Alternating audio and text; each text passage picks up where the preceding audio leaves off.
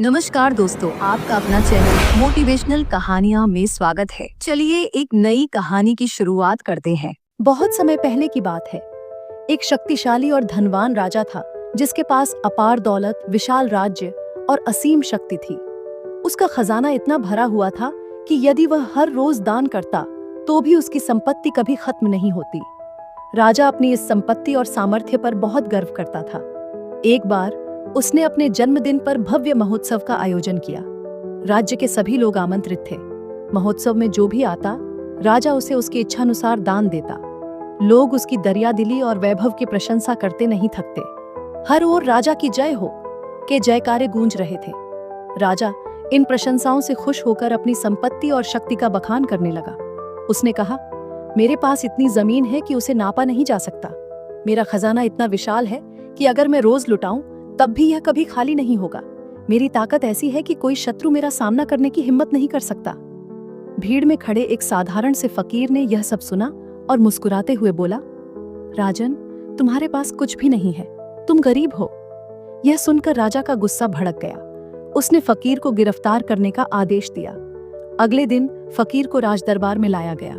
राजा ने क्रोधित स्वर में कहा, तुमने कहा था कि मेरे पास कुछ भी नहीं है, अब बताओ ऐसा क्यों कहा? फकीर ने मुस्कुराते हुए कहा, राजन, असली संपत्ति वह है जिसे हम अपने साथ ले जा सकें।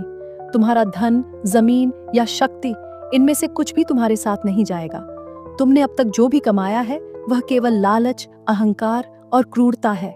यही तुम्हारी वास्तविक संपत्ति है। राजा को यह बात नागवार गुजरी। उसने सोचा कि यह फकीर उसकी संपत्ति का महत्व नहीं समझता। राजा ने उस फकीर की झोपड़ी में हीरे जवाहरात के थैले भिजवा दिए। खुद छुपकर यह देखने लगा कि फकीर इन थैलों को देखकर कैसा व्यवहार करेगा। जब फकीर झोपड़ी में पहुंचा तो उसने देखा कि अंदर हीरे मोती फैले हुए हैं। उसने सब थैले उठाए और झोपड़ी के बाहर फेंक दिया। यहां इतना कूड़ा कचरा कौन डाल गया? वह बड़बड़ाया और फिर शांत होकर सो गया। राजा यह देखकर हैरान रह गया। अगले दिन उसने फकीर से पूछा, तुमने इतने हीरे मोती क्यों फेंक दिए? फकीर ने उत्तर दिया, राजन, असली खुशी आत्मिक संतोष में है। ये हीरे मेरे लिए बेकार हैं।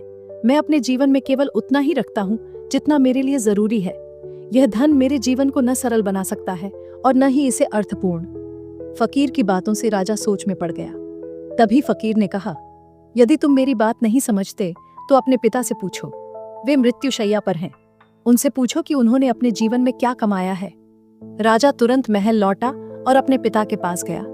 उसने पूछा, पिताजी, आपने जीवन भर क्या कमाया? क्या आपने धन, राज्य और यश इकट्ठा किया? पिता ने थकी हुई आवाज में उत्तर दिया, बेटा, जब तक मैं स्वस्थ और शक्तिशाली था मुझे भी यही लगता था कि मैंने बहुत कुछ कमाया है। लेकिन आज जब मृत्यु मेरे सामने है, मुझे एहसास हो रहा है कि मैंने केवल लालच, धोखा और पाप कमाया। मेरा जीवन खाली है। राजा के पिता की ये बातें सुनकर उसका दिल दहल गया। वह वापस फकीर के पास गया और पूछा, तो मैं अपने जीवन को सार्थक कैसे बना सकता हूँ? फकीर ने उत्तर दिया, तुम्हारे पास जो कुछ है उसे सही उद्देश्य के लिए उपयोग करो। धन को अपना मालिक मत बनने दो।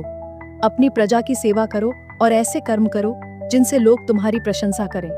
याद रखना, जो कर्म तुम अपने साथ ले जा सकते हो वही तुम्हारी सच्ची संपत्ति है। राजा ने फकीर की बातों को दिल से स्वीकार किया। उसने अपनी सोच और जीवन शैली बदल दी। वह अपनी प्रजा की भलाई के लिए काम करने लगा।